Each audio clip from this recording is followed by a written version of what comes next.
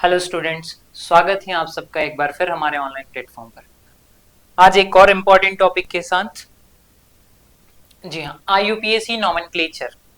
But किसके अंदर IUPAC nomenclature पढ़ रहे? कोऑर्डिनेट कंपाउंड के अंदर। बहुत ज्यादा इंपॉर्टेंट टॉपिक है इस चैप्टर का, है ना। एक कोऑर्डिनेट कॉम्प्लेक्स होता है, बड़ा सा कंपाउंड होता है जिसका आईयूपीएसी नॉमेनक्लेचर पूछा जाता है ना। तो आज की क्लास में सीखेंगे कोऑर्डिनेट कॉम्प्लेक्स का नॉमेनक्लेचर कैसे करते हैं, स्टेप बाय स्टेप। कुछ चीजें याद रखनी होती है, रूल्स होते हैं जिनको फॉलो करना होता है। उसके बाद आप आसानी से इजीली क्या कर सकते हैं, आईयूपीएसी नाम लिख सकते हैं। तो स्टार्ट करते हैं आईयूपीएसी नॉमेनक्लेचर। ठीक है, फर्स्ट स्टेप है इसकी, कुछ रूल्स है जिनको आपको फॉलो करना पड़ता है। तो first rule is name cation first. Means जो केटायनिक पार्ट होगा उसका नॉमेनक्लेचर क्या किया जाएगा, सबसे पहले किया जाएगा। जैसे कोऑर्डिनेट कॉम्प्लेक्स को आप जानते हैं, कोऑर्डिनेट कॉम्प्लेक्स क्या होता है ना। कोऑर्डिनेट कंपाउंड क्या बनता है, काउंटर आयन क्या होता है, ये सारा पढ़ चुके हैं। इसके बाद आपको चूज करना है कौन सा पार्ट, कैटायनिक पार्ट। आप जानते हैं केमिस्ट्री में जब कोई कंपाउंड बनता है या फॉर्मूले को लिखा जाता है ना, तो उसमें कैटायनिक पार्ट पहले होता है और उसके बाद आता है एनायनिक पार्ट। मींस जो फर्स्ट आएगा that one is called cationic part. जैसे मेरे पास एक एग्जांपल है K4FeCN6, है ना। और एक एग्जांपल है CONH3, कितना ले ले, 6 ही ले लेते हैं इसको, और यहां लिख देते हैं SO4। इस तरीके से मेरे पास क्या, दो कंपाउंड है ना। अब दोनों को जब मैं देखूंगा तो ध्यान दीजिएगा थोड़ा सा कि इसमें दिस वन इज कैटायन, क्योंकि जब आप इसको डिसोशिएट करते हो, कोऑर्डिनेट कंपाउंड को डिसोशिएट किया जाता है, क्या किया जाता है, विभाजित किया जाता है। तो क्या होता है, काउंटर आयन अलग हो जाता है और वो जो कॉम्प्लेक्स स्फेयर है वो क्या हो जाता है, अलग हो जाता है। ठीक है, नाउ इसमें जो फर्स्ट लिखा होता है, first one is called cation, है ना, या उसको मैं बोल दूं कैटायनिक पार्ट।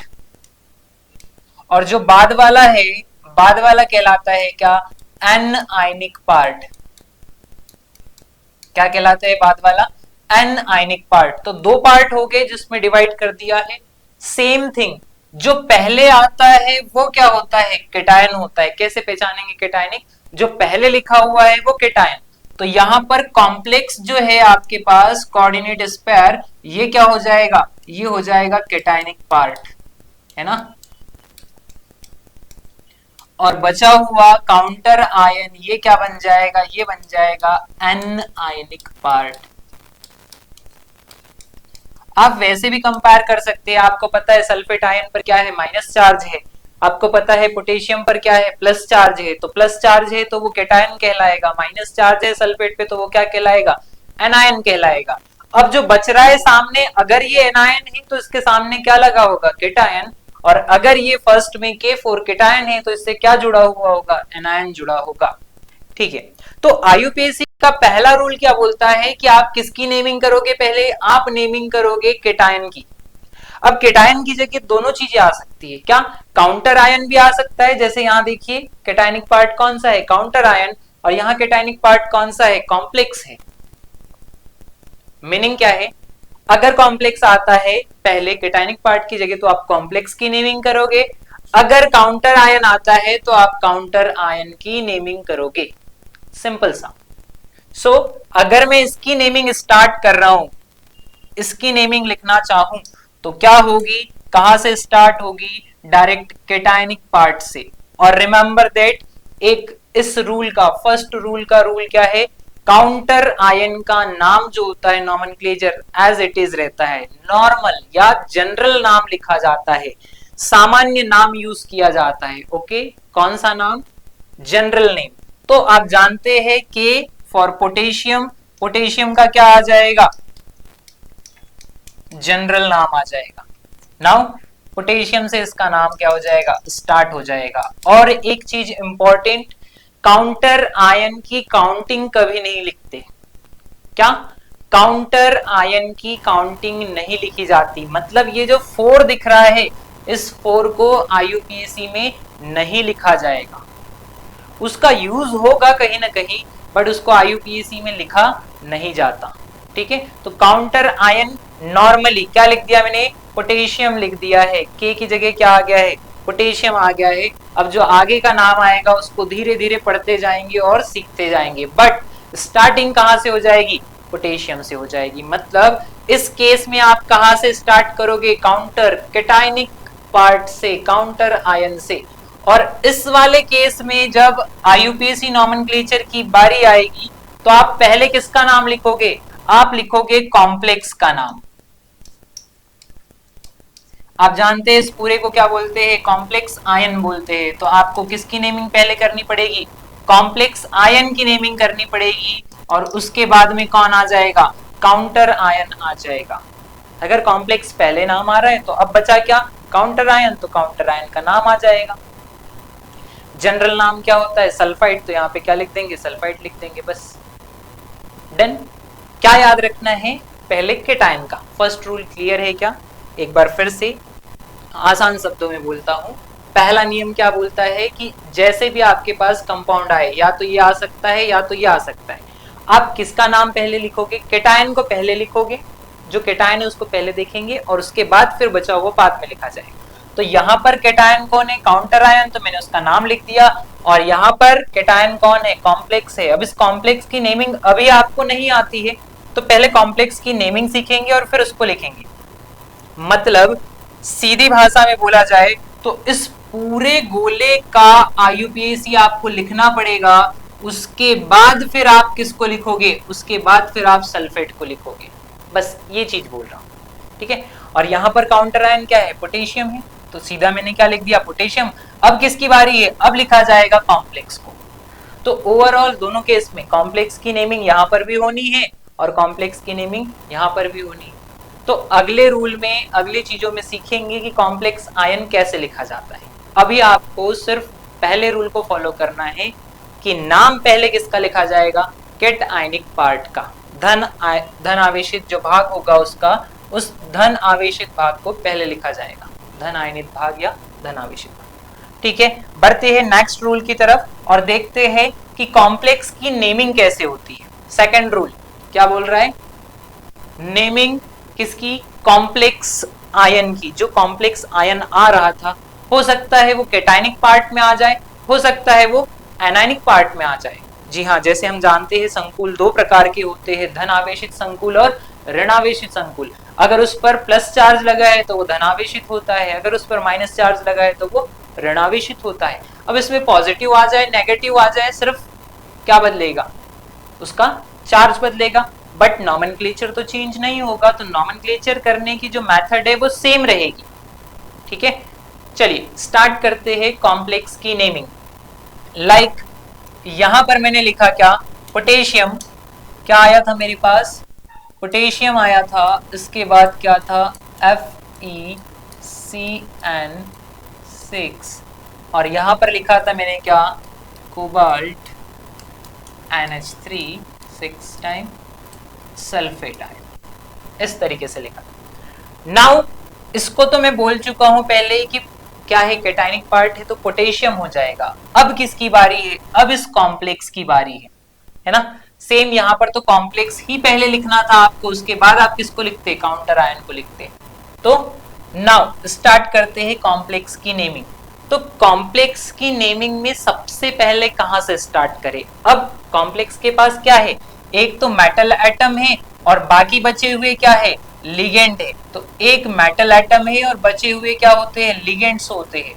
तो कहां से स्टार्ट करें, देखिए रूल बोलता है कि सबसे पहले क्या लिखा जाता है, नेम लिगेंड फर्स्ट। पहले क्या करेंगे, हम लिगेंड का नाम लिखेंगे। ठीक है, कि कौन सा लिगेंड आ रहा है। जैसे यहां पर कौन आ गया, साइनाइड आ गया, यहां पर कौन आ गया, अमीन आ गया। साइनाइड और अमीन। अब है क्या केस यहाँ पर, इसको साइनो बोलते हैं ना, IUPAC नाम में साइनाइड का क्या हो जाता है, साइनो हो जाता है, यहाँ पर अमीन आ जाएगा, कोई इशू नहीं, वो धीरे धीरे चीजें आपको समय के साथ सारी याद हो जाएगी। एक टेबल होता है, बस उसको 2-3 बार आप लिख के देख ले, सारे नाम सारे चार्ज आपको इजीली याद हो जाते हैं, भूलने की बात ही नहीं आएगी। ठीक है, तो क्या बोल रहा है, नेम लिगेंड फर्स्ट, लिगेंड का नाम आपको फर्स्ट लिखना है कि इस कॉम्प्लेक्स में, मतलब इस ब्रैकेट के अंदर पहले किसको लिखा जाएगा, तो लिगेंड को लिखा जाएगा। अब हो सकता है लिगेंड एक बार आए, हो सकता है लिगेंड 2 बार आए, या हो सकता है लिगेंड 4 बार आ रहा हो, या जैसे अपने क्वेश्चन में लिगेंड कितनी बार रिपीट हो रहा है, 6 बार, तो मेंशन करना पड़ेगा, लिगेंड मेंशन किया जाता है कितनी बार आ रहा है।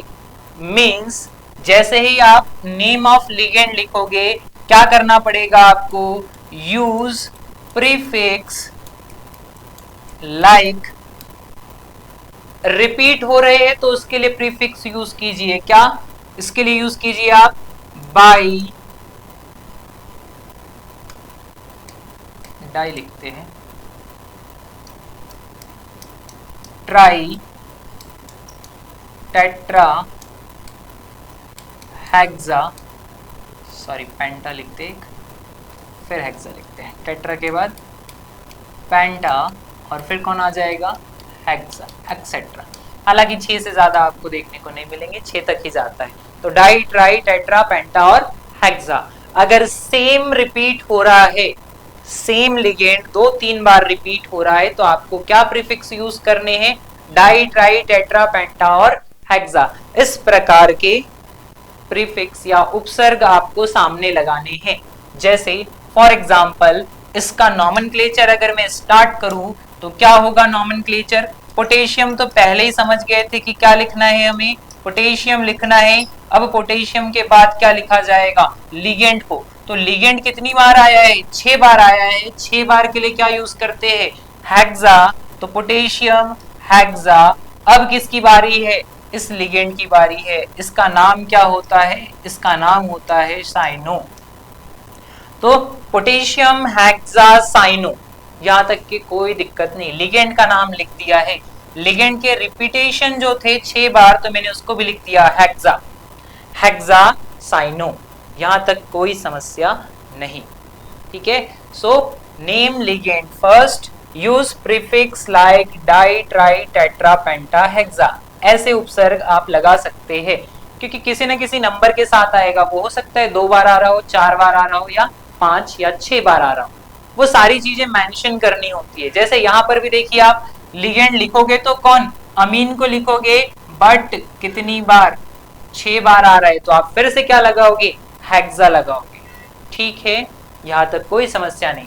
अब लिगेंड का जैसे ही नॉमेनक्लेचर हो जाता है, इस लिगेंड का नॉमेनक्लेचर हो गया, अब ब्रैकेट में कौन बचा है, ओनली मेटल, ब्रैकेट में कौन बचा है, ओनली मेटल बची है। अगर सिर्फ मेटल को लिखना है तो फिर आप क्या करोगे, फर्स्ट लिगेंड, देन आफ्टर किसका नाम लिखा जाएगा, मेटल का लिखा जाएगा, नेम लिगेंड फर्स्ट, देन किसको लिखा जाएगा, आफ्टर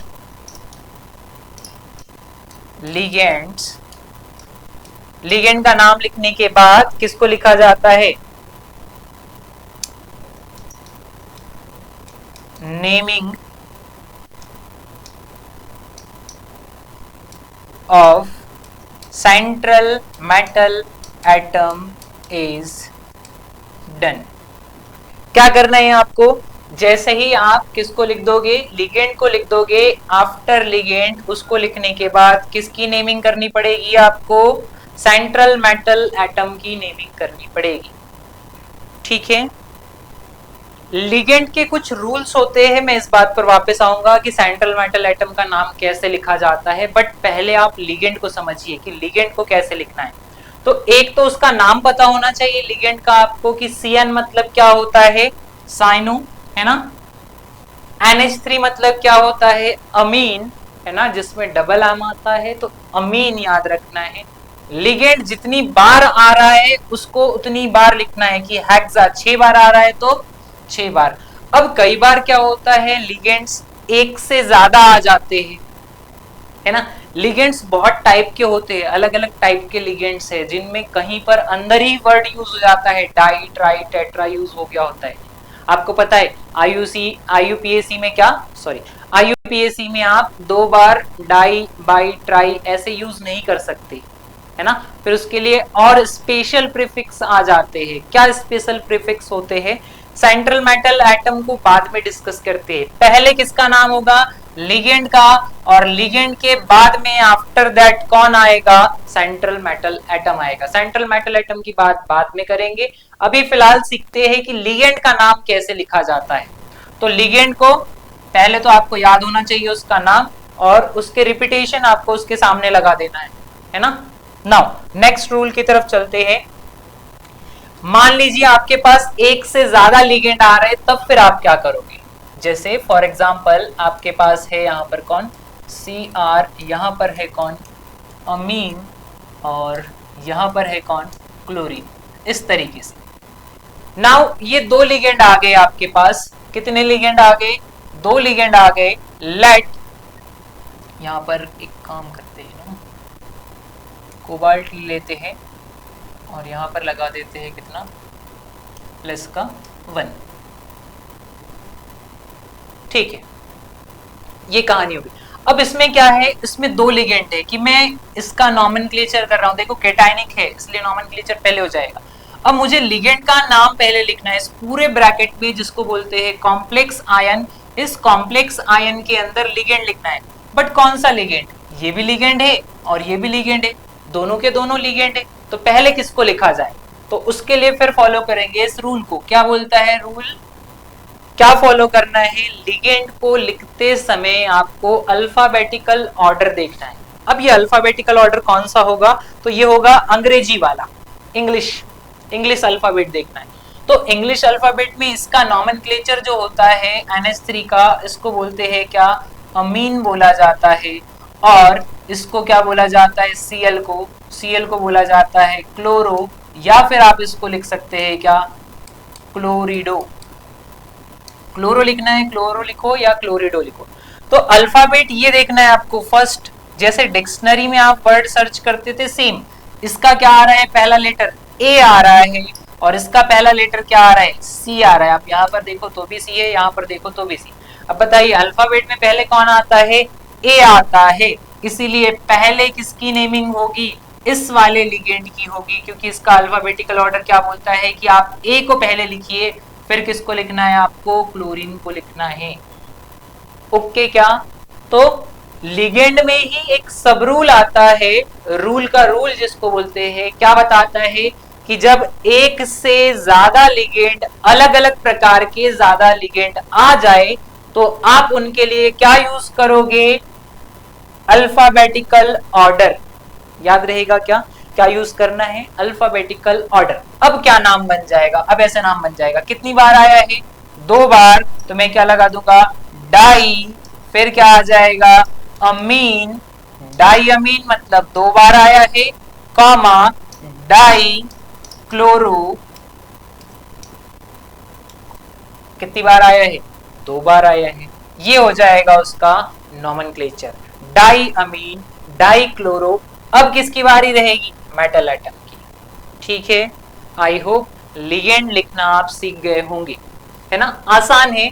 अगर एक से ज्यादा आते हैं तभी आप अल्फाबेटिकल ऑर्डर देखोगे, अगर सेम ही 6 बार रिपीट हो रहा है तो सीधा मैं हेक्सा लगा दूंगा। अगर यहाँ पर 2 क्लोरीन ना हो के 2 और अमीन होते तो सीधा लगा देते टेट्रा अमीन। अलग अलग है तो दोनों को लिखना है। अब दोनों को लिखना है तो पहले किसको लिखा जाए, पहले उसको लिखा जाएगा जो अल्फाबेट में पहले आता है, जिसका ऑर्डर पहले होगा, ठीक है। अब ABCD आनी चाहिए आपको अच्छे से, ठीक है। जैसे फॉर एग्जांपल एक और केस है जिस पर आप अटक सकते हैं, इसमें क्या है, लेट्स